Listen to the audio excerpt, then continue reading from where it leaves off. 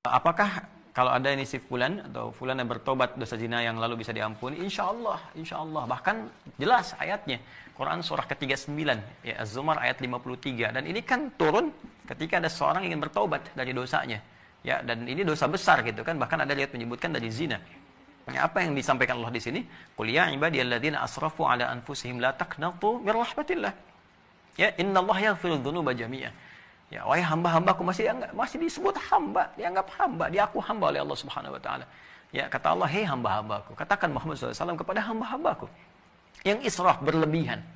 Jadi israf itu udah standar tertinggi dalam dosa. Ya, jadi ada khata, nanti ada afu pasangannya, ada dzambun, ada ghafir pasangannya.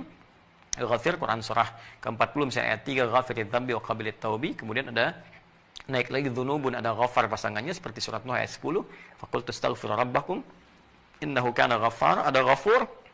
Kalau naik lagi dzunubun ma'adzulmi, jadi khata'un, dzambun, dzunubun ma'adzulmi pasangannya ghafur, kemudian israf pasangannya rahim. Ya, israf pasangannya apa?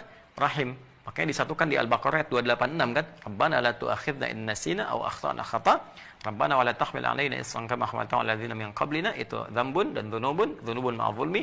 Rabbana wa la tuhammilna ma la taqata lana bih, seperti israf. Wa'fu 'anna al-'afwu waghfir lana, ghafir, ghaffar dan ghafur. Warhamna rahim. Nah, tingkat tertinggi ini dosa-dosa besar, seperti zina kan dosa besar. Yang membunuh dosa besar. Maka kata Allah, "Qul ya ibadiyalladzina asrafu 'ala anfusihim." Hai hamba-hambaku yang pernah berbuat israf. Mungkin ada sebagian yang pernah zina, pernah membunuh, dosa-dosa besar, ya, pernah korupsi, mau tobat dan sebagainya. Masya Allah, ya, alhamdulillah, dia mau tobat, mau kembali karena mungkin doa orang tuanya, doa sekitarnya, kesadaran dirinya, kan? Kemudian la taqnatu min rahmatillah, jangan putus asa dari rahmat Allah Subhanahu wa taala. Innallaha yaghfiru dzunuba jami'a. Allah akan mengampuni dosa-dosa itu seluruhnya sepanjang kamu mau tobat. Sepanjang mau tobat. Makanya Allah itu sangat menyukai orang-orang yang tobat dan berusaha kemudian kita mendekat kepada Allah. Dan Allah pun berikan jalan sampai titik terakhir dia, sampai nyawa di kerongkongan. Kan yang paling viral itu kisah Firaun kan? Ya, Firaun, Allah menerapkan keadilan, memberikan contoh kepada kita. Ini Firaun, se-Firaun-Firaunnya, ya, yang merasa paling kuasa, hobi bunuh orang dan sebagainya, zalim dia, masih diberikan kesempatan untuk tobat dengan diberikan bimbingan dari dua nabi. Kurang apa coba Musa dengan Harun? Ya, diutus untuk Firaun. Ya, idhaba ila Fir'aun innahu tagha. Datanglah kepada Firaun, dakwahi dia dengan penuh kelembutan. Dia sudah mulai menyimpang. Jadi bukan masalah kekuasaannya yang salah. Kekuasaan silahkan berkuasa, nggak ada masalah gitu kan. Cuma ketika menyimpang dari kekuasaan, ingatkan kata Allah. Diingatkan itu karena sayang. Kalau nggak sayang dibiarin.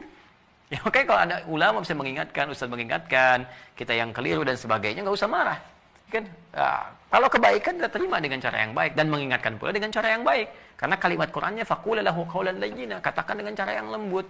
Ya, supaya dengan kelembutan itu la'allahu yatadzakkaru aw yakhsha. Mungkin dengan kelembutan itu dia sadar.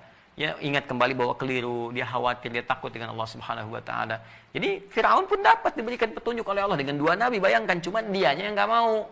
Ya, begitu nyawa ke kerongkongan baru munculkan daya tawar gitu. Itu yang jadi persoalan. Ya, jadi semua punya kesempatan untuk kembali. Makanya saya sering katakan Allah sangat mencintai para pelaku maksiat yang gemar bertobat dibandingkan orang soleh yang tidak pernah merasa salah.